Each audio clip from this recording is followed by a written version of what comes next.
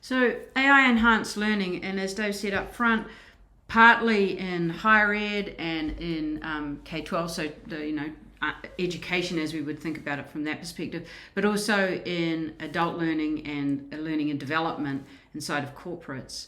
And what we've found in the past, as we've done surveys and worked with higher ed, is something that's pretty interesting, that there is a very big difference in people's level of excitement and level of optimism about things like student learning, faculty teaching, and administration processes.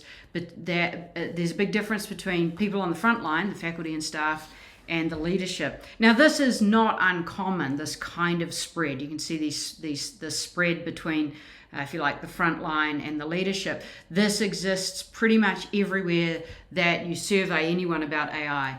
That the closer you get to the frontline decision making, the less excited they are about it. Now, how do you get out of this? How do you close this gap? Whether it's in universities, in schools, or in corporates, the way to close this gap is actually through learning and through empowerment and involvement. And one of the things that's so fascinating about these about generative AI is it's a unique technology compared to traditional AI because it's a cultural technology. And part of human culture is the fact that we're able to learn as a community and share knowledge and skills and develop skills based on our cultural learning. So these tools and generative AI in general is part of this cultural learning landscape. And you've probably, if you've been having conversations about learning in any context, the first thing that sort of comes to mind for a lot of people is, well, if the way I write shapes my thinking and I learn and I discover what it is that I'm thinking by writing, and now ChatGPT writes for me, what does that say about my own cognition?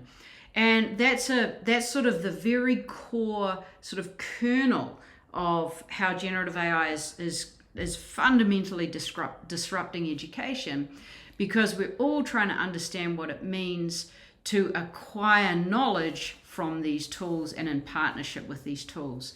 So there's many aspects of this particular obsession. It's actually a really kind of chunky, big, complex one on its own, because it's everything from how is this changing the educational technology landscape, like so learning and development and hybrid learning and online learning and in-person learning and assessment, through to what's the impact on inclusivity and equity if these tools are used and they have bias in them, or if these tools are used and you have to pay for the best access, the most advanced model.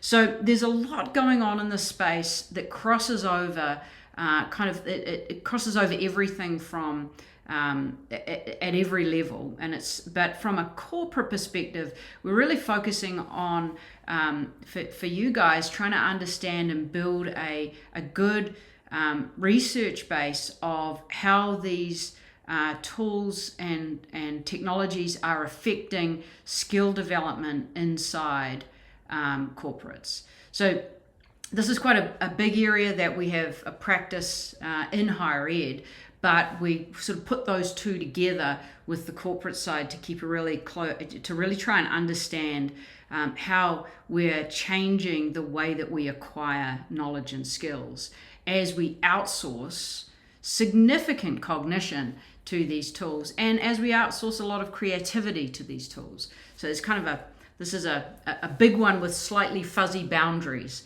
but nevertheless very important.